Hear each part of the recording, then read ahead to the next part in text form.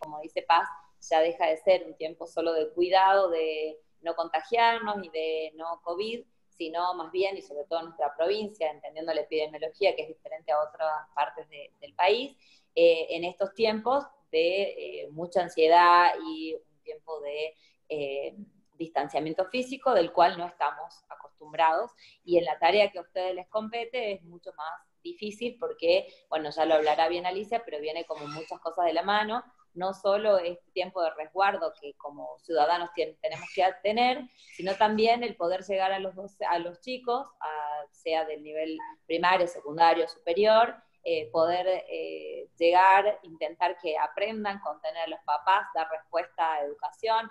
Son muchos panoramas que se abren, así que Alicia nos acompañará. Esto es una charla, si bien dice capacitación, no es una capacitación porque en ningún momento uno puede capacitar al otro estando en un tiempo de pandemia, así que Alicia ya nos explicará mejor, pero esto es una charla, poder compartir esto que nos va pasando y poder lograr quizás entender que es más normal lo que nos pasa que lo que uno a veces supone. También queremos aclarar que si bien hay muchos, se inscribieron, como hablábamos hace rato, más en menos de un día había 1.200 inscriptos, por lo cual tuvimos que empezar a dividir esta charla, o en realidad multiplicar los días de charla, que generosamente Alicia siempre está dispuesta a poder darnos un pedacito de su tiempo y de su conocimiento. Hemos mandado el link para este encuentro a 500 personas. No sé, hoy ahí me están mandando muchos mensajes que hay muchos que no pueden ingresar, no sé hasta cuánto nos dará el Zoom y hasta cuánto se podrá realmente para poder tener una calidad. El miércoles que viene se vuelve a dar este espacio, se va a mandar el link a los otros 500 que quedaron, y de igual manera se va a grabar y se va a reenviar por mail para que puedan estar sus compañeros un poco más tranquilos, y podemos seguir generando estos espacios que vamos a demandarle a Alicia casi a la mesita de luz de cada uno de nosotros. Así que bueno, muchas gracias. Bueno, Alicia, te damos la palabra. Estamos habilitados hasta 500, Caro. Hasta 500 Buenísimo. estamos No sé por qué habilitados, van pero... mandando, pueden ingresar, no sé cómo. Pero será, a ver, en esto también tenemos que entender que puede haber problemas de conectividad, de Sí. dispositivos, o sea, porque tenemos 144 personas ya, digamos, sin problema, y ampliados a 500. Así que bueno, yo creo que Sí, ya es tenemos buenísimo. ¿Sabés qué estaba viendo? Hay de Abra Pampa, hay de de todos Suques, lados. así que bienvenidos a todos. Esta es la posibilidad que nos da la tecnología. Un placer tenerlos acá y muchas gracias por el espacio. Así que bueno, eso es la posibilidad que nos da y Alicia en Buenos Aires. Así que Y bueno, muchas gracias. gracias a María Victoria, Caro, una de nuestras primeras telepsicólogas. Así, Porque tal estamos cual. formando telepsicólogos nosotros, así que bueno, buenísimo, me encanta, María Victoria, esta iniciativa de juntar salud y educación. Bueno, nos callamos los que no sabemos y la escuchamos Alicia Galfaso. Te damos la palabra.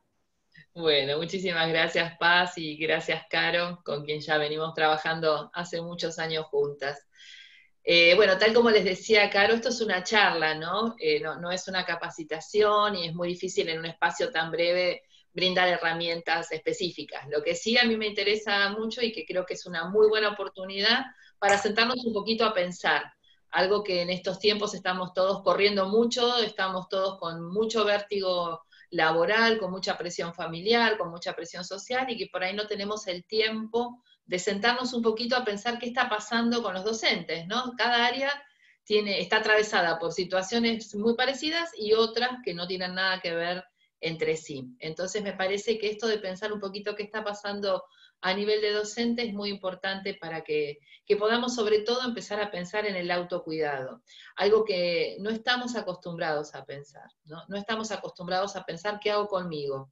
Estamos todos preparados, yo creo que es una falencia enorme en todas las carreras, todas, es una falencia enorme que no haya parte de nuestra preparación, de nuestra formación orientada al autocuidado. ¿A qué hago conmigo? ¿No?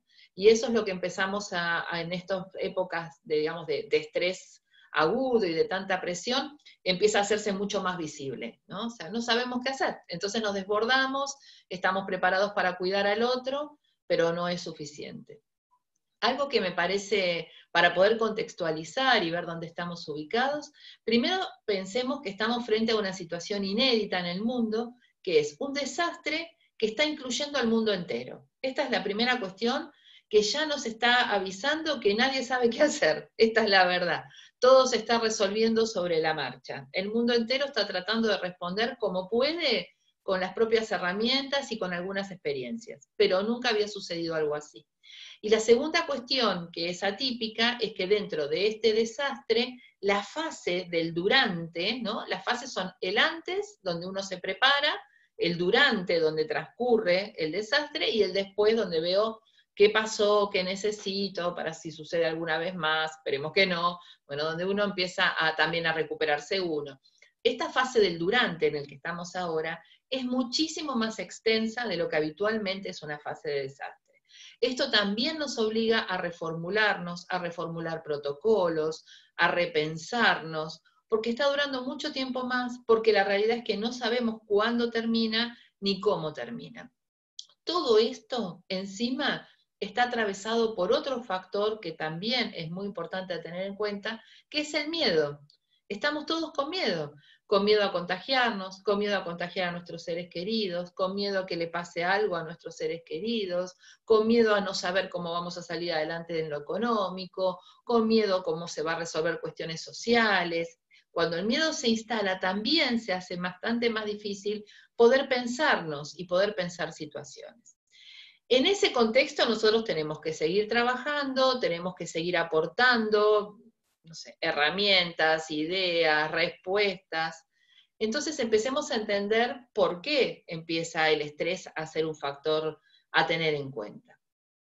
Empecemos desde la base. Los seres humanos somos biopsicosociales. 3 planos que no tengo manera de separarlos, no tengo forma, ¿sí? Siempre van juntos.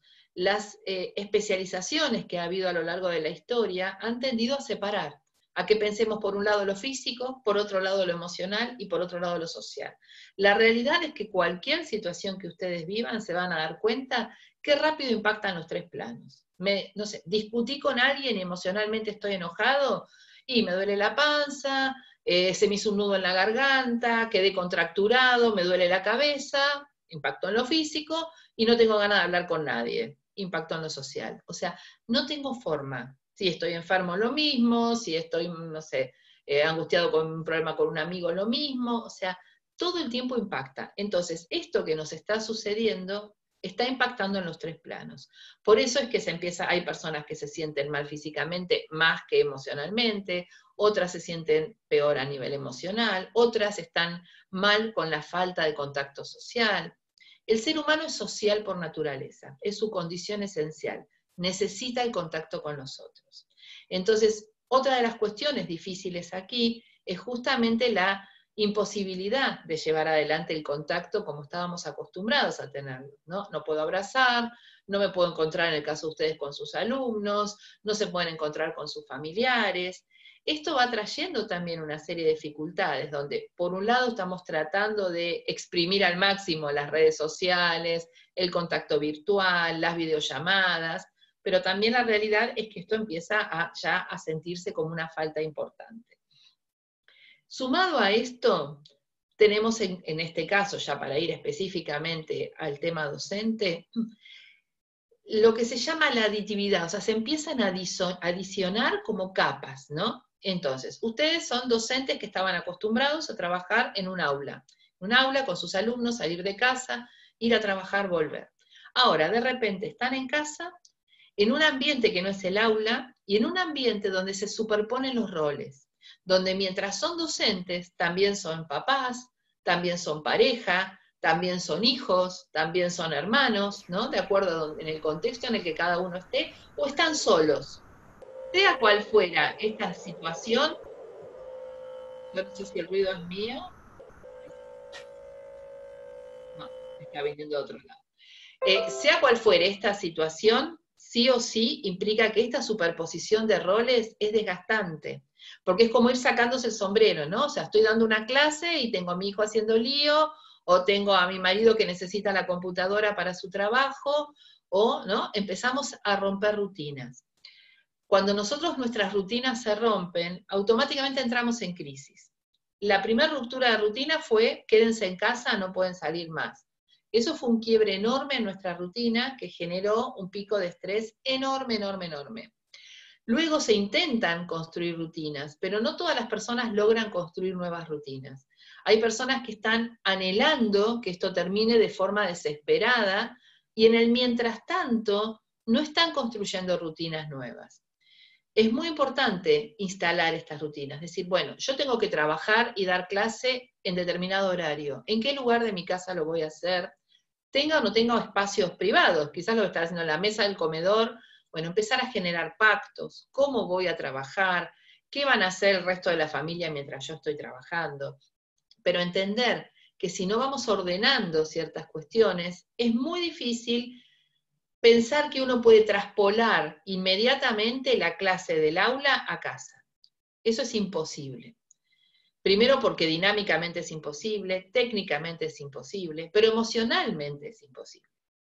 Porque es como si piénsenlo al revés, como si ustedes tuvieran que ir al colegio con toda la familia, ¿no? Me llevo a los chicos, me llevo a mi marido, me llevo a mi mujer, me llevo a mi mamá al colegio. Bueno, ahora sucedió lo mismo al revés.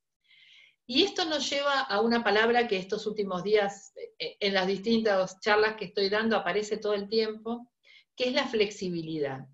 La flexibilidad habla de nosotros, ¿no? De cada uno de nosotros. ¿Hasta dónde podemos poner en práctica nuestra propia flexibilidad para entender cuánto ha cambiado el escenario? Ustedes están, por un lado, con todo esto que hablábamos de casa, a veces con rutinas de cada uno en casa, sus hijos también con sus clases, sus parejas con sus trabajos, sus padres con miedos, con otras actividades, ¿no? O sea, ¿cómo se hace para combinar todas las rutinas que hay en simultáneo en casa? Pero también estos chicos que ustedes conocieron durante quizás una semana, 10 días, ¿no? Porque apenas empezaron las clases, comenzó todo esto y pasamos a este sistema virtual. Esos chicos hoy, no muchos, no son los mismos chicos que ustedes conocieron. Hoy nos obliga esto a reformularnos, por eso hablo de flexibilidad, a reformularnos muchas pautas de trabajo. Yo no puedo evaluar de la misma manera, yo no puedo poner los mismos parámetros de la misma manera, porque yo no sé, o voy a ir sabiendo, o tengo que tener en cuenta, en qué ámbito está cada chico. Una cosa es un chico en la escuela, y otra cosa es un chico en casa. Primero porque no sé en cada casa qué sucede. Si los chicos tienen o no tienen apoyo de los padres, para algo que para ellos también es totalmente nuevo. Una cosa es jugar con sus juegos en la Play, en el celular, pero otra cosa es tener clase. No sabemos si estos chicos tienen la suficiente tecnología en casa. Quizás uno dice, sí, tienen computadora, pero tienen una. Y a lo mejor hay 4 personas de la familia trabajando en casa con la computadora. Y por otro lado, tenemos hoy, a esta altura de la pandemia, ya un cambio en la sociedad a nivel económico. Ese chico que cuando empezó las clases podía acceder a material, a comprar un libro, a tener su cartuchera completa, a tener lo que necesitaba para ir al cole, hoy quizás no lo tiene, porque quizás sus papás son comerciantes y tienen su negocio cerrado hace 1 mes y medio, quizás pertenecen a alguna empresa que está suspendiendo gente, quizás están afrontando otras situaciones económicas distintas.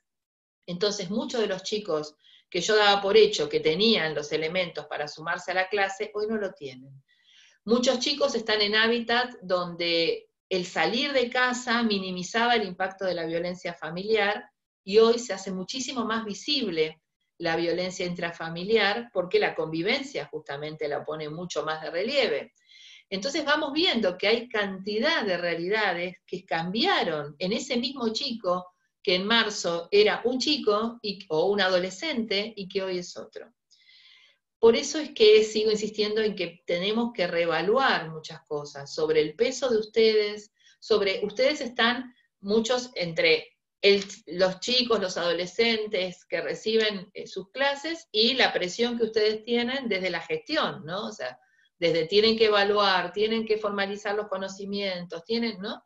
Entonces me parece que es momento de que empecemos a pensar todos juntos, ¿sí? Todo el sistema docente junto.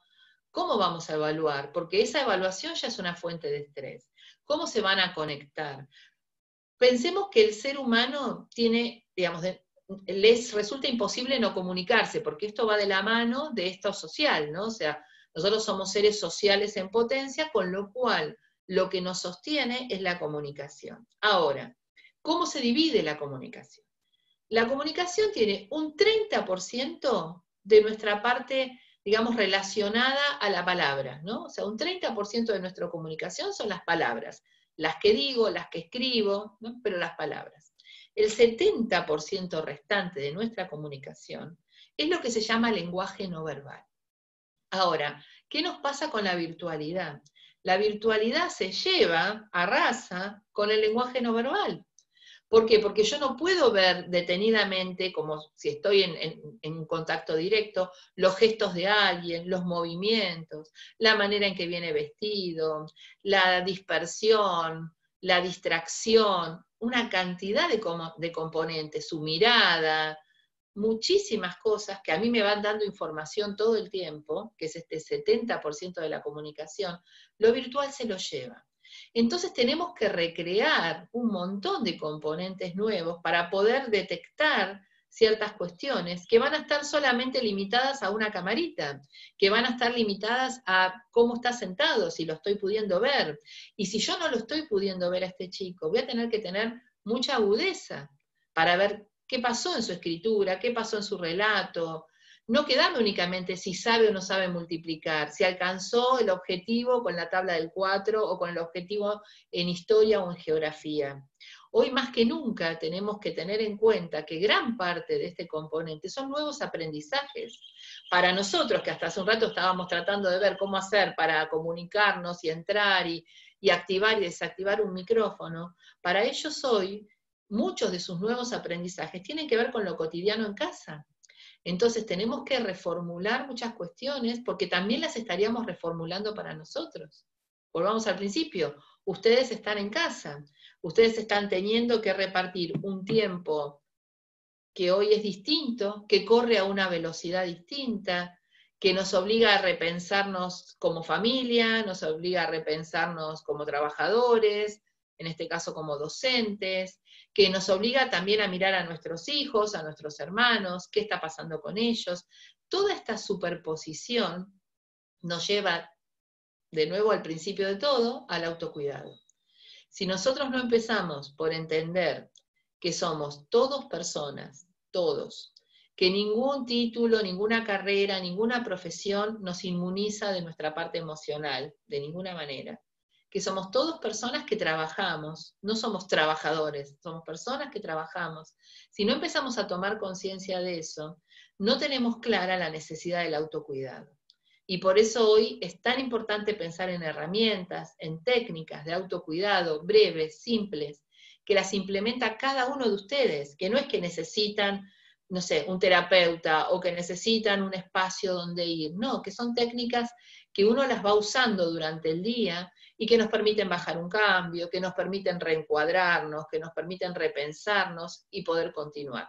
Sino lo que uno va acumulando, porque se acumula emociones que muchas veces son muy pesadas.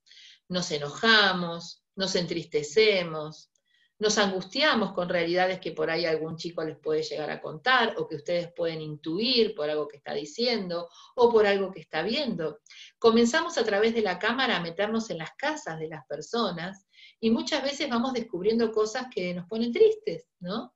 Nos vamos descubriendo situaciones quizás de vulnerabilidad, situaciones económicas difíciles, vamos viendo situaciones de violencia a veces encubierta a través de un grito, de una palabra. Todo esto lo vamos cargando. Si nosotros no podemos cuidarnos, llega un momento que esa mochila es tan pesada, que comienza a suceder algo de lo que hay que cuidarse muchísimo, que es la peor de las emociones. La peor de las emociones es la frustración. No es ni la bronca, ni la rabia, ni el odio, es la frustración. Es cuando uno empieza a sentir que ya no tiene sentido lo que está haciendo. Cuando uno empieza a sentir que no alcanza, que todo lo que yo hago no sirve para nada, que para qué estoy haciendo esto, que la verdad no sé si esto es lo que quiero, ¿no? Cuando empezamos a hacernos estas preguntas, sobre todo en relación a una vocación, como es la docencia, es que estamos transitando el camino de la frustración. Y ese es el peor camino, porque es el que nos va a llevar al enfriamiento emocional, es el que nos va a llevar al estrés postraumático, es el que nos va a llevar a una cantidad de cuadros que por supuesto nos van a complicar la vida de manera biopsicosocial. Son los que van a empezar a aparecer patologías, adicciones, un montón de cosas que van de la mano de esa saturación y de esa necesidad de basta, no quiero más, ¿no? Por eso es que tenemos que cuidarnos mucho, aprender a reconocer este semáforo amarillo, que tiene una serie de conductas, que después si quieren las charlamos. Me interesa más que nada después escuchar las preguntas de ustedes, por eso no quiero extenderme demasiado en esto, pero creo que sí es fundamental, si tenemos que rescatar como puntos, ejes, es que hoy ser docente en este contexto es un contexto totalmente distinto. Y cuando yo pienso, y los veo, ¿no? Y me veo también como docente a nivel por ahí de estos talleres o en la facultad, me hace acordar un poco a la familia Ingalls, ¿no? Que quizás es como demasiado romántico o habla de mi edad, pero bueno, me hace acordar a la familia Ingalls, donde el docente tenía un rol social, ¿no? Donde uno ve en estas épocas el docente como eje. Y yo creo que hoy ustedes están cubriendo ese lugar, sobre todo los docentes de primaria y secundaria, ese lugar del eje social. Hoy si tenemos en esta pandemia ejes claros, son los médicos y los docentes, ¿no? O sea, la salud y la educación están unidas y son los que se están acercando a las familias y son los que se están enterando de muchas cosas más de las que no se enteraban cuando estaban en una escuela, son las que están recibiendo secretos, confesiones, las que están escuchando historias familiares que quizás antes no se sabían, están en contacto con muchos padres, están viendo muchos padres que no quieren tener contacto con nadie, se están acercando a la vida directa de muchísimas personas y son el enlace con el mundo exterior. Muchos chicos que no están saliendo de sus casas hace mucho tiempo, el único enlace con el exterior fuerte para ellos y sostenido son ustedes, es el docente, porque luego está su amigo con el que comparten las mismas inquietudes, miedos, juegos, luego está su familia que comparte un contexto habitual, pero la maestra, el maestro, el profesor, la profesora, es esa persona referente que está en un lugar más neutral, en quien yo confío, que me puede ayudar, que me enseña, que me da consejos, que me cuida, que sigue estando todo el tiempo ahí para mí. Ese rol hoy es importantísimo, es el eje, está sosteniendo a la sociedad, se ha revalorizado, así como Paz contaba hace un ratito el rol de salud mental hoy. Yo creo que el docente está a la par también. O sea, se ha revalorizado tanto el rol del cuidado emocional, de salud mental, como el rol fundamental social del docente como eje de la sociedad. Si hay algo que de esta pandemia creo que salimos cambiados es con esta mirada, ¿no? Se venía con una mirada muy bastardeada del rol docente, muy descalificada, donde había que trabajar mucho sobre la importancia del docente. Y me parece que esto dejó a la vista de una manera impresionante la importancia del docente, y entonces ahí vuelvo a la necesidad, sí o sí imperiosa, del autocuidado del docente. Porque hoy la carga que ustedes tienen es muchísimo más grande que la que tenían antes, así como también el reconocimiento que tienen, ¿no? Y eso genera un ida y vuelta, porque cuando uno queda puesto en evidencia, también se espera más de uno, ¿no? Y ahí es donde hay que tener cuidado en esta diferencia entre el héroe y el profesional. No somos héroes, nadie, somos todos profesionales, con límites, con miedos, con potencialidades, con diferentes cosas, pero somos todos profesionales. Entonces, cuidado también con las sobreexigencias, ¿no? Una cosa es lo que yo me puedo exigir y otra cosa es la que me voy a sobreexigir. Si yo quiero todo el tiempo complacer a los demás, todo el tiempo responder a las demandas, todo el tiempo llegar a lo que se me pide, ahí voy a entrar en un cuadro de sobreexigencia. Y mucho cuidado con esto, ¿no? Mucho cuidado porque ahí es donde volvemos a caer en el agotamiento, en el desgano, en el no tiene sentido, ¿no? Y creo que tenemos que tratar siempre de encontrar ese equilibrio dentro de todo este movimiento enorme que estamos viviendo. Me gustaría escuchar las preguntas de ustedes y vamos trabajando sobre las preguntas de ustedes. Así lo hacemos más dinámico y más específico también. Sí, mira, Alicia, le escribí por el chat, a ver si me van escribiendo, si no me van a tener que ir pidiendo la palabra, pero como decía, aprovechemos, es el momento como para preguntar, sacarnos dudas, todas las preguntas son válidas, todo aporta, porque en esta construcción es una construcción colectiva, ¿no? Esto de poder poner en palabra lo que nos va pasando también nos ayuda como a pensarlo, así que anímense, ¿no? Animémonos a preguntar. Yo, bueno, mientras te voy... Bueno, acá hay una pregunta. Dice, ¿por qué no se puede tener la misma flexibilidad que se tiene con los estudiantes, con los docentes? Ya que algunos directivos y asesores pedagógicos exigen que justifiquemos nuestro sueldo y dicen que si los chicos contestan poco, no estamos trabajando, cuando nosotros consideramos la situación de los alumnos, pero nuestras situaciones no son consideradas. Bueno, es un poco lo que decía recién, por eso no apuntaba únicamente a los docentes, ¿no? Por eso les marcaba que creo que es un replanteo que hay que hacer a nivel de la gestión completa en educación, ¿no? No solamente a los docentes. Algo que yo estoy tratando siempre de que se pueda entender y que se pueda promover de alguna manera. Hablábamos hace unos días con un Zoom muy parecido a este, con docentes de Tierra del Fuego, ¿no? Una provincia en la que yo también trabajo hace muchos años, y justamente surgió dentro de la reunión esta, que se comenzaran a hacer reuniones con los distintos equipos gestivos de las distintas escuelas para llegar a acuerdos de esta flexibilización, o sea, para acordar nuevos modelos de evaluación. Yo no puedo evaluar de la misma manera a un chico que hoy no tiene tecnología, o a un chico donde la tarea llega a casa y no tiene apoyo en casa, o donde sus papás salen a trabajar y el chico está solo todo el día, o donde el único uso que tiene es su celular, ¿no? Y entonces te dicen, no, pero me manda la tarea por WhatsApp. Bueno, yo tengo que poder evaluar si desperté interés o no. A veces los medios no puedo obligar a que sean los mismos para todos. Un chico que a lo mejor está en casa con un familiar enfermo, o que está en casa viviendo una situación especial,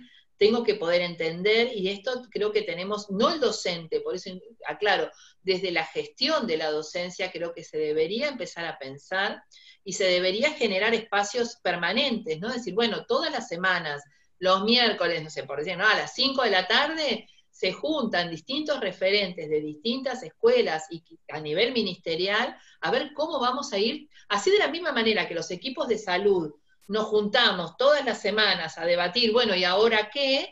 De la misma manera se debería comenzar a generar estos comités de crisis, por llamarlo de alguna forma, a nivel docente, ¿no? Para que veamos qué alcance estamos teniendo, cómo vamos a hacer para que los chicos no pierdan el año, para comprender que hay nuevas habilidades. O sea, a mí me parece fascinante que un chico que antes no hacía nada en casa, hoy haga la cama, ayude a cocinar y pase el trapo de piso, ¿no? Entonces, no puedo decir que esto no es una nueva habilidad o no es un nuevo aprendizaje. Y que quizás demoró más en aprender algo de matemáticas o no se acuerda cuál es la capital de Francia, pero de repente adquirió habilidades. Y lo otro lo iremos recuperando, no es que no es importante, pero vayamos revalorizando qué es importante hoy. Y creo que esa es la flexibilidad a la que yo estoy, digamos, apelando, a que no podemos extrapolar el programa del año a lo virtual, que se iba a dar en un aula de manera real, cercana, con un material didáctico específico. Yo no puedo pasar todo eso a clases virtuales así como está, no hay manera. Tengo que flexibilizarlo, me tengo que sentar a pensar qué es lo que quiero yo con este chico, qué quiero lograr en todo sentido, ¿no? Pero por eso no va dirigido a los docentes, va más arriba. Otra pregunta, por ejemplo, que me parece que tiene que ver con esto, dice, ¿cómo hacer para sostener la trayectoria de nuestros alumnos? ¿No? Por eso, porque claro. Ahí te hago una acotación. Nosotros es como que de lo analógico quisimos pasar a lo digital, encorsetando lo analógico en lo digital, y la verdad que es una transformación. Nosotros el otro día poníamos como ejemplo lo que es la transición y lo que es la transformación. La transición era del long play al CD, ¿no? Esto como transición, y como transformación cuando pasamos al Spotify a escuchar música. Tal cual, tal cual. Entonces, es exactamente esto. Claro, requiere habilidades nuevas, o sea, el Spotify no, ya saltamos de la púa, los que tenemos algunos años, después aprendimos a apretar el botón, pero claro, ya el Spotify yo ya tuve que ir a pedirle a mi hijo, a ver, decime cómo hago con esto, porque yo ya me superaba, ¿no?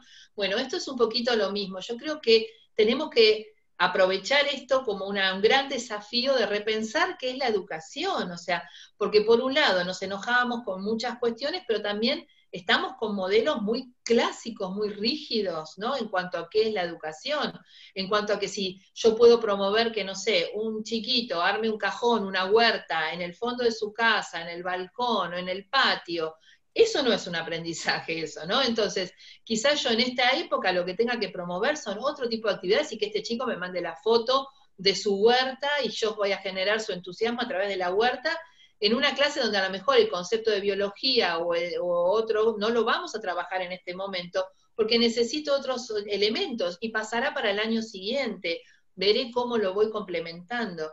Pero me parece que tenemos que flexibilizar qué queremos que los chicos aprendan de esto, porque estamos todo el tiempo hablando de a ver qué aprendizaje le queda a la humanidad, a ver si aprendemos a ser más solidarios, a ver si aprendemos, ¿qué aprendemos? Bueno, empecemos nosotros también por generar ese tipo de aprendizajes en los chicos, ¿no? En que esto no fue una tortura, ni fue un encierro, ni fue un momento difícil, pero también es un desafío para ver qué flexibilidad tengo, qué puedo aprender. Un chico aprendió a hacer pan, otro chico aprendió a hacer la cama, otro chico hizo su huerta. Bueno, resaltemos que estos son enormes aprendizajes y que podemos incluir juegos y que podemos incluir otro tipo de actividades en las cuales se aprende y bueno, muchísimo. Bueno, acá hay un comentario sobre una preceptora de una escuela rural donde dice que ella es la que se va comunicando con los chicos y que va recibiendo muy tristes situaciones, ¿no? Entonces que ella en ese sentido como que se queda sin palabras como para poder contener, bueno, y esto lo enlazo con otra pregunta que dice que cuáles son las estrategias de autocuidado emocional que debemos aplicar en nosotros mismos, un poco, digamos, ante una situación concreta y una pregunta que nos puede dar una respuesta a esa situación. Sí, bueno, como les decía, no podemos acá desarrollar mucho, pero sí les digo, o sea, si ustedes quieren entrar al canal de YouTube mío, Alicia Galfazó, ahí van a encontrar una serie de videos donde van a encontrar muchas herramientas explicadas, en videos cortos, que son las que ustedes pueden empezar a poner en práctica, ¿no? O sea, no me gusta decir, no, hay herramientas, pero no te las puedo dar, ¿no? O sea, las vemos en general en capacitaciones, las aprendemos en talleres de autocuidado o digamos, en distintos espacios que sí trabajamos con más tiempo y menos gente. Pero sí ustedes pueden consultarlas ahí, son herramientas muy cortas, muy breves, que tienen que ver con modelos específicos de respiración, con lo que nosotros llamamos cambio de imagen, ¿no? O sea, vamos a generar a tratar de que nuestro cuerpo genere endorfinas a través de determinados mecanismos que hacemos, que se hacen 2 o 3 minutos. Tenemos técnicas que pueden servir, lo que llamamos reencuadre emocional, ¿no? Es ¡basta! ¿No? ¿Cómo hago? Bueno, ¿cómo hago? ¿No? Tienen una serie de tips que a ustedes les va a permitir también son todas técnicas muy, muy breves. En 3, 4 minutitos, no es que, listo, ya tengo todo el mundo claro, sino que me va a permitir bajar un cambio, volver a conectarme con otras situaciones. Hay técnicas que son para facilitar el sueño. Está lo que nosotros llamamos plan de manejo de estrés, que es cómo se construye una rutina sana. Esto que hablábamos hace un ratito, cuáles son los ejes. Por ejemplo, un eje fundamental es la rutina, es una construcción individual. Yo no te puedo dar un modelo de rutina porque cada uno tiene la propia. Pero una de las primeras cosas en esta situación de caos que tenemos que hacer es fijar los pilares de nuestras comidas. Eso fija horarios del día. A qué hora desayuno, almuerzo, merienda, aunque sea un mate con bizcochito, y ceno. Y en el medio voy armando las actividades. Todos los días tienen que tener sí o sí 10 minutos mínimo de actividad física. Que no es que si tengo que salir a correr. Si tenés la bici, tenés jardín, tenés lugar, genial. Sino un tutorial de elongación, ¿no? Cualquier tutorial de YouTube y comienzan a elongar 10 minutos. Porque estamos con mucha contractura, otro de nuestros cambios es la silla. Estamos todo el día sentados en la silla mirando una pantalla. Entonces no salimos ni siquiera a caminar. Antes, solo para ir a algún lugar, caminaba 5 o 6 cuadras. Ahora ya no hacemos eso, entonces hay que moverse. Bueno, todo eso lo pueden encontrar en estos videos y les va a ayudar. Y en relación a lo que comentaban, las escuelas rurales hoy son, o digamos el ámbito rural hoy son una de las fuentes de mayor estrés, porque la situación económica son las poblaciones más vulnerables, a las cuales tenemos menos posibilidad de asistir, porque en la ciudad uno los tiene como más cerca, se generan comedores, se generan otros espacios de asistencia, en el ámbito rural no. Por eso es fundamental que las personas que están en el ámbito rural comiencen por ellas, ¿sí? Por no cargar todo esto siempre en esta mochila, sino en poder generar técnicas de autocuidado y trabajar muchísimo con lo que se llama el circuito de la frustración, que es la diferencia enorme entre lo que puedo y lo que quiero. Y esto requiere de mucho trabajo propio, ¿no? ¿Qué es lo que yo quiero hacer? ¿Qué es lo que a mí me piden que haga? ¿Y qué es lo que yo puedo hacer? Y hacer lo mejor posible, que siempre implica hasta un poco más de lo que puedo, ¿no? Lo mejor que puedo muchísimas veces va a estar muy lejos, pero muy lejos de lo que yo hubiera querido hacer o de lo que a mí me piden que haga. Si yo esto no lo tengo claro y no lo manejo, caigo en la frustración, caigo en el enojo, caigo en que yo tendría que haber hecho algo distinto o otro, y muchas veces vamos a descubrir que no podemos. Y esto es muy importante de tenerlo en cuenta. Nosotros, cuando trabajamos, yo trabajo en forma casi permanente, en situación de desastre, si no tuviéramos claro esto, salimos desesperados, porque hay muchísima gente. Nosotros trabajamos en Volcán con la Red PAE cuando fue la luz de Volcán, y bueno, esto lo podrá decir Caro, ¿no? O sea, si no tuviéramos muy claro esto, por nosotros le compraríamos una casa nueva a cada uno, le daríamos trabajo a todos, nos llevaríamos todos los chicos a casa. Hay límites con los que uno trabaja y eso requiere de mucho trabajo en uno. Bueno, un poquito de información, compartimos el enlace del canal en el chat, así que aquellos que quieran acceder a tu canal de YouTube, que puedan acceder, ya lo compartimos ahí. Y después otra pregunta, dice, ¿qué visión tenés sobre las asimetrías en la alfabetización digital cuando de manera poco programada y poco flexible los ponen a los docentes y familias a usar herramientas para las que no fueron preparados? Bueno, esto mismo que estamos diciendo, ¿no? Creo que tenemos que empezar a manejarnos con videos, creo que es un buen momento para probarnos todos ante las cámaras y para flexibilizar esto de una forma total y entender que muchas veces hoy ustedes están alfabetizando familias enteras, no un chico. Y que muchas veces atrás de ese chico que se está alfabetizando, escondido, un costadito, hay una mamá, un papá, un hermano mayor que también está intentando aprender, y que muchísimas veces estamos pidiendo a chicos que hagan tarea con padres analfabetos o semianalfabetos. Entonces también tenemos que entender que los estamos mandando directo a la frustración, que los estamos avergonzando, que los estamos exponiendo. Por eso insisto tanto en que hay que flexibilizar, perdón por la frecuencia que digo esta palabra, pero que si realmente no empezamos a entender situaciones particulares, si no empezamos a incluir, a saber en qué modelo familiar está, todo el resto no va a funcionar, o sea, no va a funcionar. No podemos bajar lineamientos rígidos a poblaciones que no son, esto no es Suiza, ¿no? O sea, Argentina no es Suiza, donde yo tengo unas diferencias de poblaciones enormes, ¿no? O sea, yo en mi caso, yo trabajo mucho con bomberos, ¿no? Doy talleres a bomberos y a lo mejor en el mismo taller tengo bomberos semianalfabetos y bomberos médicos o ingenieros, en el mismo taller, que pertenecen al mismo cuartel de bomberos. Entonces, tenemos que equiparar, tenemos que encontrar el punto medio, ¿no? Y es un desafío personal, pero sigo insistiendo, a nivel de gestión de la educación se tiene que plantear esto, ¿no? Se tiene que permitir la flexibilización y también se tiene que apelar al recurso que cada docente tiene. O sea, yo no le puedo decir, yo le puedo bajar lineamientos de cuestiones a trabajar, programáticas al docente, pero no le puedo decir cómo lo dice o cómo no lo dice. Y tenemos docentes maravillosos, que tienen recursos increíbles, docentes que son actores, ¿no? Que pueden generar espacios lúdicos, que son músicos, que a través de una canción pueden hacer magia, ¿no? Que a través de un cuento, que a través de un juego, o sea, tenemos que dejar que el docente también utilice su propio recurso, su propia experiencia, su propio recorrido para trabajar, porque el ámbito ha cambiado, ¿no? Entonces tenemos que sacar todo afuera. Me parece que en esto el CV oculto que todos tenemos, en esto, digamos, claro, hay que utilizarlo, me parece. Claro, ¿no?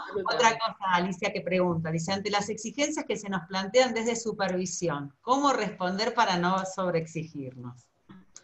Difícil. Sí, igual, ¿no? O sea, ¿A qué llamamos supervisión? A mí es una palabra que me suena horrible, ¿no? Yo nunca en mi vida utilicé la palabra supervisión, porque me parece esta cosa del que te mira desde arriba y te dice lo que tenés que hacer, lo que hiciste mal, ¿no?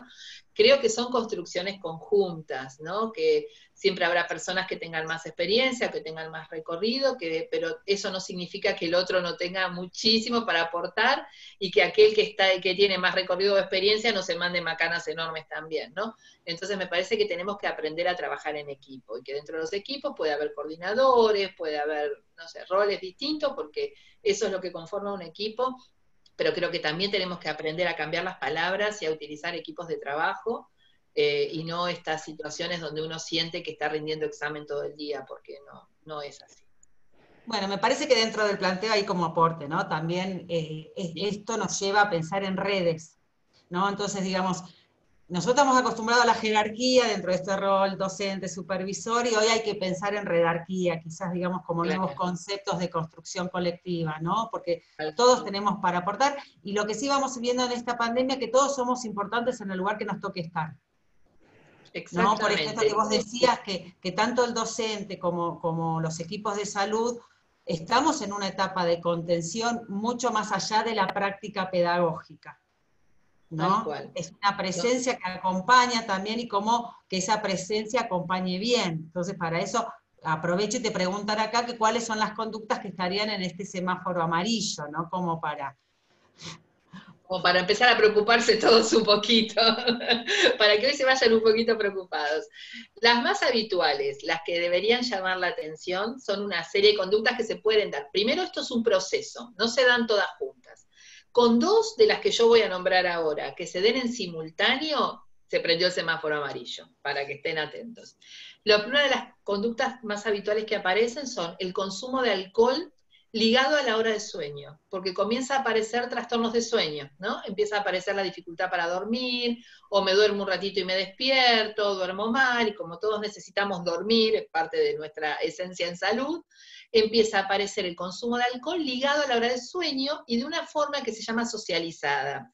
Esto quiere decir, y me tomo un vinito, ¿viste? Antes de irme a dormir, a mí me gusta tomarme una cervecita porque bajo un cambio, me relajo, después de comer me tomo un whiskycito, ¿no? Y le ponemos el diminutivo y hacemos el movimiento como que esto es algo social.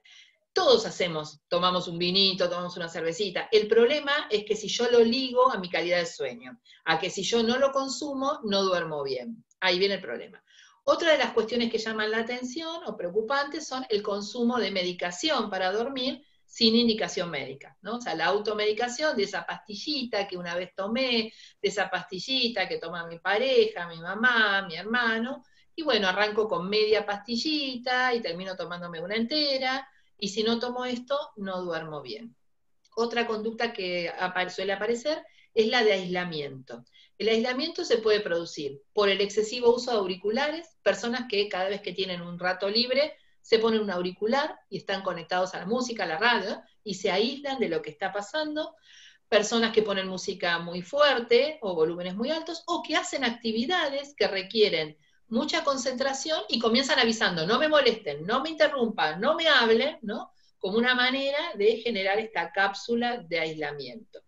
Aparece también la hiperactividad, el no puedo parar de hacer cosas, no puedo parar, no puedo parar. Y cuando paro, suelen decir cosas como yo no puedo perder tiempo, para mí el tiempo vale oro, yo no entiendo cómo vos podés estar tirado mirando la tele, con todo lo que hay para hacer, ¿no? Son personas que siempre tienen planes, plan B, plan C, ¿no? Cuando tenga tiempo, cuando pueda, también voy a hacer esto, aquello, porque si paran, se tienen que conectar con sus emociones.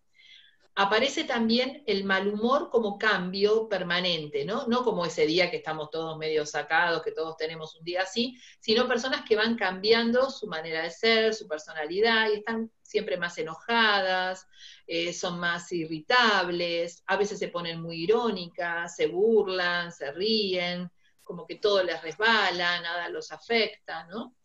Y también aparecen conductas ligadas a enfermedades que se repiten de manera frecuente. Por ejemplo, muchos resfríos durante el año, muchas alergias, contracturas, gastritis, acidez, una serie de cuestiones que a lo mejor se le va restando importancia o se les dice, sí, tengo estrés, estoy mal, pero se empiezan a repetir y son la antesala de otro tipo de situaciones.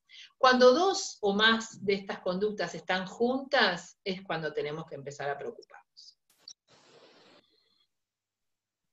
Perdón, otra pregunta, sí, me había muteado. Otra pregunta era que cómo manejar el miedo y la ansiedad. Ajá. Concretita, pero...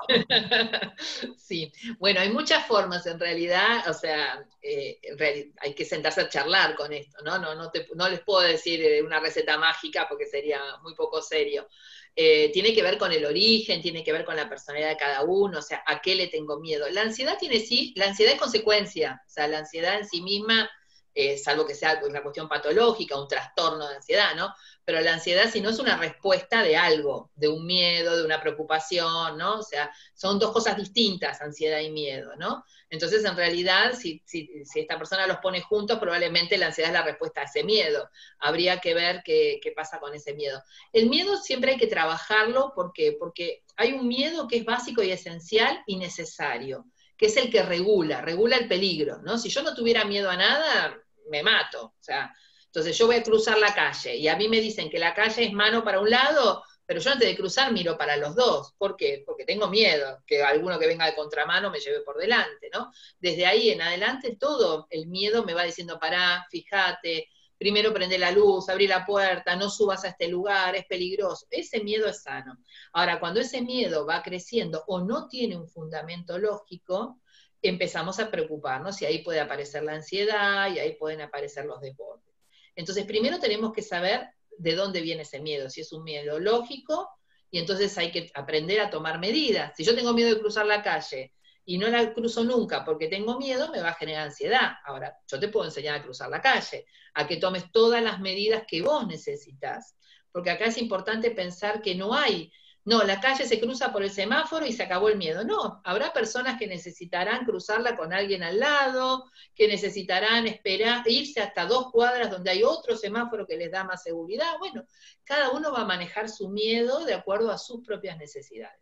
Pero cuando el miedo ya no tiene fundamento lógico, cuando es algo que se va creando, que empieza el pánico, empiezan otro tipo de situaciones, ahí aparece la ansiedad. Entonces, hay que desarmarlo primero y entender que toda la medida que uno tome para paliar ese miedo, bienvenidas, no importa lo que otro me diga. Si yo me quiero lavar la mano 14 veces por día porque tengo miedo de contagiarme, lavátelas. O sea, si otro te dice, no, con 3 veces es suficiente, no, vos lavátelas 14 si eso te deja tranquilo, ¿no? Porque cada uno vive esta pandemia con su historia propia, con un montón de otras cuestiones que se ponen en juego, ¿no? Voy a tratar como de sintetizar varias que apuntan un poco a lo mismo. Aparece mucho el tema de la frustración y por el otro lado aparece el tema de la presión. O sea, la presión institucional con respecto a que se requiere información, datos, cumplimiento. Frustración plantean, por ejemplo, en el nivel superior con respecto a que estas prácticas educativas que se están haciendo no están legitimadas. ¿No? Digamos, ¿cómo se va a contar esto? Entonces, como que esto genera frustración. Entonces, digo, me parece como dos conceptos que aparecen, el de frustración y el de presión institucional, cómo manejarlo también. Sí. Bueno, el de frustración es esto que hablábamos antes, ¿no? Lo que se puede y lo que no se puede, lo que yo quiero, ¿no? Esto requiere dividir mucho. Van a encontrar dentro de los videos un video donde está más desarrollado esto y donde lo pueden pensar, digamos, mientras ven el video.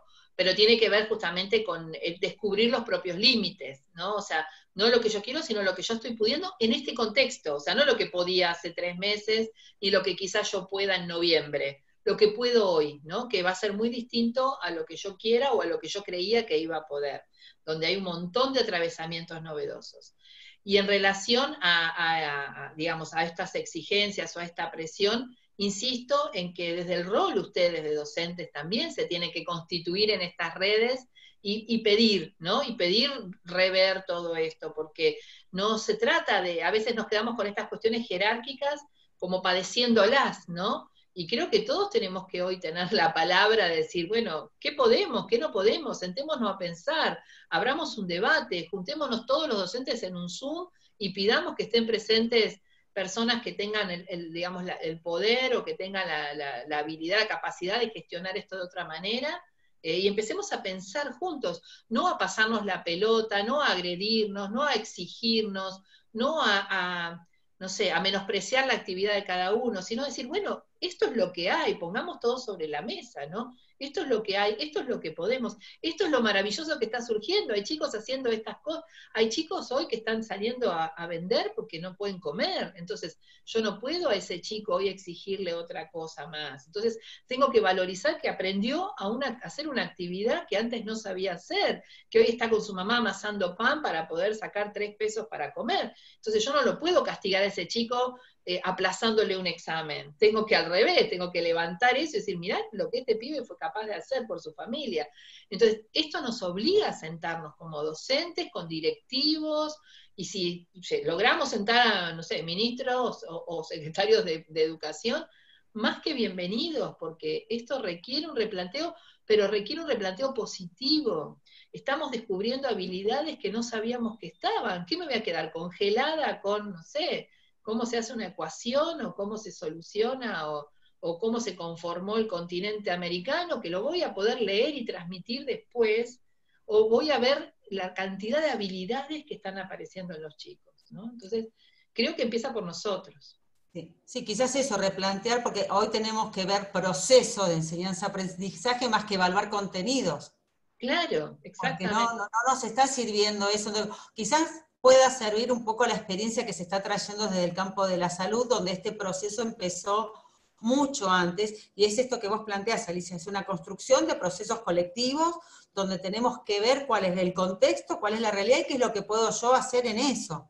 Exactamente. ¿No? Entonces, Y cómo la voz de todos es importante. Yo no me puedo quedar callado y enojándome porque me dicen que tengo que evaluar. El otro día una maestra me decía, tengo que evaluar salita de 2. Estoy evaluando a los papás. Bueno, o sea, el error es que hacete escuchar. O sea, no tiene sentido evaluar que un papá te diga si el nene durmió o no durmió, ¿no? Entonces, sentémonos todos a hablar. La voz de cada docente sirve para decir en qué contexto, en su aula virtual, qué está pasando, ¿no? Y creo que también es un montón de información que si la perdemos en el enojo y en la frustración, nos estamos perdiendo una maravilla de capitalizar formas de transmitir cosas y de generar aprendizajes que no la vamos a volver a tener. Espero. sí, sí, sí. Bueno, tenemos otra perspectiva. Pero bueno, aprovechemos. No, pero bueno, aparece esto, el tema, bueno, algunos reclamos desde lo institucional y desde la gestión que tiene que ver con la falta de recursos y de conectividad, y bueno, porque son muchas cuestiones las que atraviesan. Claro. Nosotros en salud particularmente miramos lo que son las tecnologías que tenemos que incorporar, cuáles son los procesos y cuáles son las competencias. Porque en esto tuvimos que salir todos a aprender competencias digitales que no teníamos, si bien, como decíamos al principio, manejábamos mail, Facebook y el WhatsApp, y ya pensábamos que, ¿no? Claro. Que éramos Houston, y bueno, y nos damos cuenta que necesitamos, hay plataformas de comunicación, plataformas visuales, que los chicos usan herramientas distintas, a ver, el TikTok, ¿no? Digamos, como una herramienta, digo, apropiárselo, ya que es lo que usan los chicos, como una herramienta pedagógica también. Claro. Hoy muchos docentes en escuelas que lo han habilitado, por ejemplo, se están manejando con la lista de difusión del WhatsApp, porque justamente sus chicos no tienen todos computadora o no tienen internet, y sí tienen acceso telefónico, o van a puntos en lugares rurales donde pueden con el celular ir y habilitar, o sea, conectarse a un Wi-Fi y descargar todo, y se les está enviando las actividades, las tareas, audios grabados por sus profesores, videitos caseros de sus maestros,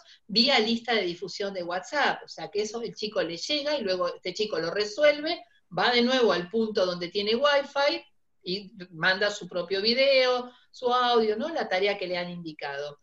Tenemos que flexibilizar, insisto, y si hay que generar un grupo privado de Facebook, se creará un grupo privado de Facebook con esos chicos y se trabajará por esa vía si no tienen la velocidad de internet necesaria. O sea, hoy todos los chicos tienen acceso a un teléfono celular, mínimamente. Entonces, a veces vamos a tener que flexibilizar esto y hacérselo llegar de otra forma, porque si yo pretendo que un chico que no tiene Wi-Fi o que no tiene computadora responda a consignas que implican sí o sí tenerla, ya arrancamos mal, ¿no? Bueno, acá algo nos comparten una experiencia pensando en otra pregunta que se hacía antes sobre esto de la multiplicidad de roles, ¿no? En la casa y todo esto, pero bueno, una experiencia que nos comparten, dice, lo más importante y difícil que viví en este tiempo fue convivir con mis hijos todo el día. Aprendí que cada uno sufre esto de manera distinta, pero nunca pensé que ellos también tenían que convivir conmigo y no estaban acostumbrados, tuve que ceder, escuchar, callar y aprender dentro de esta multiplicidad de roles que vos hablabas al principio, ¿no? Exactamente, tal cual. Los espacios de la casa, ¿no? O sea, cómo uno tiene que dividir y negociar. Bueno, ahora, no sé, mamá va a trabajar en la mesa del comedor, necesito que ustedes, aunque sea, miren un videíto, ese juego que nunca le dejaste jugar, ahora se lo vas a tener que dejar jugar porque no te va a dejar trabajar, sino, y después le va a tocar a ellos su propio espacio, y después nos organizaremos en los momentos que cada uno necesita también estar a solas y generar otras cuestiones, y después aprenderemos a convivir, y descubriremos de nuevo lo que es estar todos juntos en casa todo el día, repartir tareas, actividades, ¿no? O sea, es un desafío enorme a nivel familiar y a nivel profesional.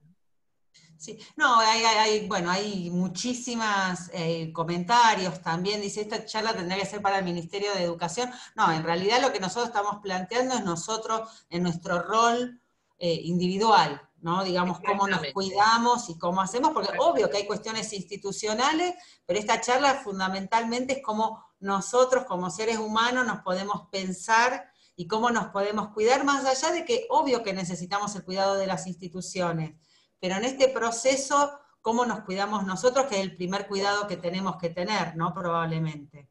A eso apuntamos. Lo que pasa es que cuando surgen los temas que exceden, bueno, a esto yo voy también, a que también somos parte de lo mismo, ¿no? Del mismo sistema y se debe empezar a trabajar de una manera más lineal. Pero apuntamos a todos, a que cada uno sepa cuidarse de su rol. Bueno, a ver esta. Dice, ¿qué piensa de los adolescentes que están jugando hasta las 5 de la mañana o pasan la noche viendo una serie sin control de los padres y luego duermen hasta el mediodía? Observo mucho desorden en sus horarios y rutinas. Es un tema... Sí, es un tema para larga charla. Claro. Bueno, obviamente que acá lamentablemente uno cae sobre el adolescente y no es el adolescente, ¿no? Es el padre. Hay muchos papás que hoy en día tienen mucha dificultad para poner límites, primero para ponérselos ellos mismos, ¿no? O sea, un adolescente que hace esto es claro reflejo de papás que quizás o están haciendo lo mismo o realmente no están abocados a poner límites. Parece que es un viejo debate y un eterno debate el tema de los límites, pero que hoy, por el tema tecnológico y por la cantidad de vínculos complicados que hay entre los papás y los adolescentes, o los papás con hijos adolescentes, nos tenemos que replantear, ¿no? O sea, hay que hacer mucha educación sobre las familias y sobre los padres. Y vuelvo a insistir, creo que es una oportunidad, la llegada hoy de las clases a casa, pueden llegar también a plantear estos temas, ¿no? ¿Qué está pasando a nivel de la familia? ¿Qué está pasando todos juntos? ¿Cómo es la rutina en esa casa? ¿A qué hora se van a dormir? ¿A qué hora se come? Porque quizás es una casa donde se termina cenando a la 1 de la mañana. Entonces también tenemos que ver un poquito qué está pasando a nivel de rutina. Por supuesto que esto no está bueno, pero no debemos caer siempre en el castigo o en el reto al chico. Tenemos que ver el contexto familiar en el que esto se desarrolla y trabajar sobre todo con los papás. Bueno, sí, un poco así, tips también, tips así, digamos, algunos tips para autocuidado del docente como docente, ¿no? Digamos, tenemos que entender este contexto del alumno, pero lo que nos están pidiendo son como algunos tips, que creo que ya algunos diste, pero bueno, si querés repasar algunos más así. Sí, básicamente les digo esto, que se fijen en YouTube porque ahí van a encontrar ejercicios de respiración para bajar un cambio antes de explotar, para terminar una clase, ejercicios que les van a permitir entre una actividad y otra, que uno termina a veces muy cansado o muy saturado, poder reacomodarse emocionalmente para poder iniciar otra actividad o para poder pasar al distinto rol, ¿no? Decir, bueno, me saco el rol de maestra o de profesor y me meto en el rol de mamá, papá y me empiezo a ocupar de las tareas de casa. Bueno, ¿cómo hago para cambiar ese chip? Van a encontrar también este tipo de actividades. ¿Cómo hago? Sobre todo, insisto mucho en generar rutinas sanas. es importante, por ejemplo, no estar todo el día en pijama en casa, es importante cambiarse, no digo que se pongan tacos, se maquillen, ¿no? Pero sí que uno se levante, se duche, se vista, se acomode, se prepare, que las clases que ustedes dan o el momento que ustedes trabajan se haga siempre en el mismo espacio, en casa, cosa que ustedes accedan a su espacio de trabajo, que lo organicen como un espacio de trabajo, ese ratito, que se haga el pacto familiar sobre, bueno, qué va a estar haciendo el resto de la familia mientras yo trabajo, así como se respeta mi espacio, yo tengo que respetar el espacio de los demás también, que a la mañana ya planear qué vamos a comer, cómo lo vamos a cocinar. No, bueno, cuando tenga hambre hago cualquier cosa, y un día almuerzo a las 3 de la tarde, y otro día no almorcé, y otro día a las 11, ¿no? Es decir, bueno, por eso les decía que el eje de las comidas es muy importante. El sostén de una rutina sostiene muchísimo todo lo que se va desarrollando en una casa, y entonces baja el nivel de estrés. Si yo ya voy previendo, bueno, vamos a comer esto, ¿quién se va a ocupar de esta parte de la comida? ¿Quién de esta otra parte? Hicieron las camas, ¿quién hoy le toca limpiar el piso? ¿A quién mañana? Todos, mamá, papá, los chicos mayores de 5 años ya pueden ocupar roles, pueden ordenar juguetes, pueden alcanzar cosas, pueden participar en la cocina con muchísimos cuidados, por supuesto, pero pueden comenzar a sentir que son parte también de esa dinámica familiar, ¿no? ¿Qué se hace a la tarde? ¿Qué se hace a la noche? ¿Qué vemos en la tele hoy? Hoy le toca elegir a los chicos, mañana nos toca elegir a nosotros, ¿no? Muchas veces esto que decían recién de los adolescentes tiene que ver con papás que quieren hacer su, digamos, su dinámica. Nosotros miramos la tele, bueno, que los chicos se vayan a la pieza y no molesten y hagan lo que quieran, y se pierde absolutamente el control. Yo hay algo que quizás no cae muy simpático, pero que sí recomiendo mucho en el trabajo, en el tema con adolescentes, es que chicos hasta 15 años, por lo menos, mínimamente 15 años, no tengan claves en sus móviles, ni en sus tablets, ni en nada, y junto con los papás, que los papás nunca le revisen a solas los teléfonos a los chicos, pero sí que se pacte que todas las noches o día por medio nos sentamos juntos a mirar con quién hablaste, qué dijeron, quiénes son tus contactos, si agregaste contactos nuevos, a qué juego jugaste, en qué páginas entraste. Es un trabajo porque a los chicos no les gusta, por supuesto, es un trabajo de construcción familiar, pero es lo que empieza también a prevenir estas cuestiones que después nos agarramos la cabeza. Sí, bueno, y algo, uno de los últimos comentarios, y después ya le vamos a dar la palabra también a Carolina, tiene que ver con esto de que las exigencias de horario, dice, no hay fines de semana, no hay... Bueno, en esto hay algo que es gestión del tiempo, ¿no? Y digamos, y sí en la educación virtual, hay pautas que se pueden ir acordando. Uno puede establecer estos cronogramas de tiempo, decir, bueno, hasta cuándo se entrega la tarea, hasta cuándo se pueden hacer las consultas, establecer franjas horarias, no está mal, no significa que uno tenga que estar disponible las 24 horas, ¿no? Sino que uno tiene que hacer una planificación también en ese sentido, decir, bueno, vamos a estar ocupando determinado horario, vamos a recibir consultas hasta tal hora, las vamos a responder en 24, 48, 72 horas. En eso también hay una gestión del tiempo virtual educativo que tiene que ir acordando también el docente con las propias autoridades de la escuela, ¿no? Y con su propia frustración, ¿no?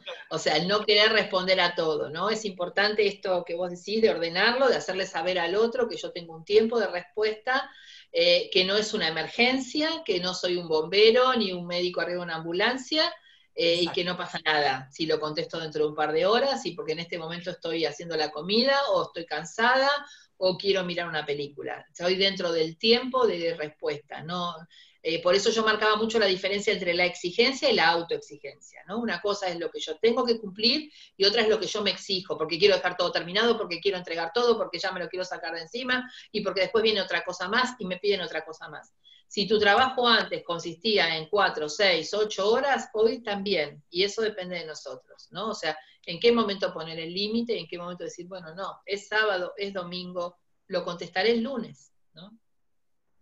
Bien, bueno, le vamos a dar la palabra a Caro Juárez, que no la estaría encontrando. ¿Vos podés habilitar Ahí está. tu audio, Caro? Sí, sí, acá estoy. ¿Me escuchás? Sí, bien, bueno. listo. Bueno, sí, gracias, Ali. Estuvimos, tomando nota. Acá está Victoria, que, insisto, es parte de la Secretaría de Equidad Educativa, porque también se encuentran seres humanos ahí, ¿no? Ella es no me hoy la digas. representación, claro, hoy es la representación gráfica, pero uno se expresa de esta manera, ¿no? El ministerio, los supervisores, y queda desdibujado que también son personas las que están en esos roles y en esos lugares intentando hacer lo mejor posible, y que tampoco sabemos cómo es ser ministro, supervisor, director, docente, ni padre en estos tiempos de pandemia. Entonces, creo que esta tolerancia que pedimos también es buena poder ejercerla, poder entender que estamos todos intentando hacer lo mejor que se puede, que habrá maneras de poder dar respuesta siendo consciente con uno mismo de cuál es su mayor posibilidad de darla, pero que es importante que por la salud mental de todos podamos empezar a ejercer las técnicas de autocuidado. Esto que Alicia nos da en los canales de YouTube, que está buenísimo, que les sugiero que puedan contactarse, ahí creo que Alejandra subió el YouTube al chat.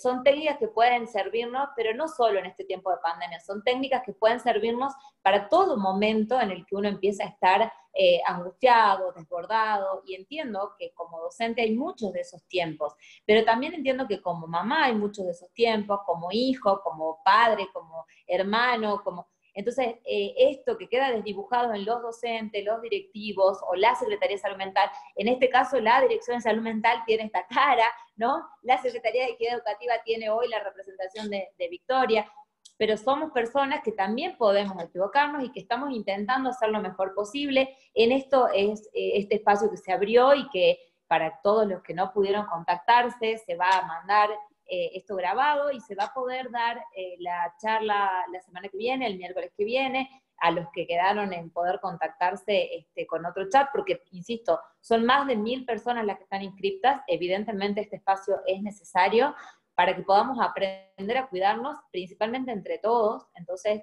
desde la Secretaría abrimos este espacio, Alicia generosamente nos acompaña, Paz nos habilita en estas posibilidades, pero somos todas personas que estamos intentando hacer lo mejor posible, así que lo sumamos a esto, y bueno, muchas gracias por compartir estos espacios para poder cuidarnos entre todos, ¿sí? Tenemos amigas desde el otro lado, tenemos amigas de este lado, estamos todos pasándola como podemos, y en esto de que el bicho está afuera y que tenemos este temor a contagiarnos, hoy ya el bicho está adentro, que tiene que ver con lo que nos va pasando, más en la cabeza que en lo real, ya no pasa por lavarnos con lavandina, pasa por cómo nos cuidamos nosotros, así que los invitamos al canal de Alicia y los invitamos a la semana que viene, y en todo espacio que se pueda ir abriendo, les quería comentar que también tenemos desde el Ministerio de Salud el botón de telesalud, donde pueden contactarse tanto ustedes como darle a los docentes amigos de ustedes, o para poder a los adolescentes, ¿sí? Hay un botón de telesalud donde se puede cliquear en el Ministerio de Salud en la página y automáticamente los vincula con un psicólogo que estábamos formando hace más de un mes, para que pueda dar respuesta. Si bien no va a ser un tratamiento, va a dar respuesta, va a poder contener en un principio y poder hacer un filtro de quién sí necesita y quién no necesita. Lo mismo que con el 0800 777 77, bueno, ya nada, está por todos lados, 0800-888-4767 es el otro, y si no, al 107, que es el SAME, que también tiene salud mental. Desde ya en todos los nodos también hay psicólogos que están haciendo la contención y están atendiendo, muchos de ellos por telesalud, por teléfono. Estamos intentando llegar y abarcar a contener a la mayor cantidad de gente posible, pero bueno, los invitamos a esto, a compartir las técnicas de autocuidado, más allá de compartir el alcohol en gel, que podamos realmente entender que hoy el bicho está en nuestra cabeza y si lo dejamos crecer esto se complica más, así que podamos tener empatía para los alumnos, empatía para nuestros compañeros, empatía para nuestros supervisores, y poder entender que todos somos personas que tratamos de hacer lo mejor posible. Eso, gracias. Bueno, Alicia, si querés decir unas últimas palabras y ya nos estaríamos encontrando el próximo miércoles. Dale, gracias. Sí, esto de últimas palabras, viste, es medio, pero bueno. Es horrible. Bueno. Mi marido feliz de la vida, pero bueno. No. Palabras de despedida, entonces. No, un placer compartir este momento con ustedes y bueno, como les decíamos al principio, se trata de pensar juntos. Creo que el gran desafío ahora es que nadie tiene la verdad de nada, sino que tenemos que empezar a pensar juntos y a encontrar nuevas formas, sobre todo de pasarla bien, porque si hay algo a lo que vinimos a esta vida es a disfrutarla. Y nosotros somos responsables de disfrutar nuestra vida y de hacer algo para que la vida sea cada vez más linda. Cada día vale la pena, no podemos estar solamente pensando que esto pase y dejando que los días pasen sin sentido. Tenemos que hacer que cada día realmente tenga sentido y que esta vida sea linda. Y eso lo podemos lograr solamente si vamos juntos, si lo hacemos entre todos y si seguimos adelante juntos. Así que un placer enorme, gracias, y bueno, el miércoles que viene estaremos de nuevo. Chao. Antes que cortemos, yo soy Federico Adén, Perdón, de la unidad de telesalud. Quería hacerle una aclaración, porque por ahí Carolina dijo que ya estaba el botón. Lamentablemente todavía no está habilitado el botón de salud mental de la página del Ministerio, y que seguramente va a estar entre hoy y mañana. Así que si se comunican, por ahora no van a poder tener respuesta en la página del botón de salud mental. Sí en el triage de COVID, pero todavía no en el de salud mental. Esa era la única aclaración. Muy bueno todo, muchas gracias. Bueno, perdón, no lo había presentado, él es el responsable de la unidad de telesalud. Yo creo que para mañana, porque los psicólogos están más que preparados, un gran equipo de psicólogos, y bueno, que a partir de mañana ya vamos a tener el acceso directo. Así que bueno, muchas gracias a todos, nos estaremos encontrando el próximo miércoles y les vamos a estar enviando la grabación, que también se va a poder compartir. Les comentamos que hubo 185 asistentes, muy bueno, ¿no? Así que bueno, gracias y a cuidarse y a quedarse en casa o salir cuando les corresponda, par, impar, todas estas cuestiones que Jujuy está teniendo una flexibilidad que tiene que ver con el cuidado. Había un gran sanitarista jujeño, el doctor Carlos Alvarado, que decía que la salud es un bien de construcción social. Y nosotros estamos teniendo estas posibilidades en la provincia porque socialmente nos estamos cuidando todos. Así que bueno, muchas gracias, fin de transmisión como decimos, y hasta la semana próxima. Chao. Chao, chao.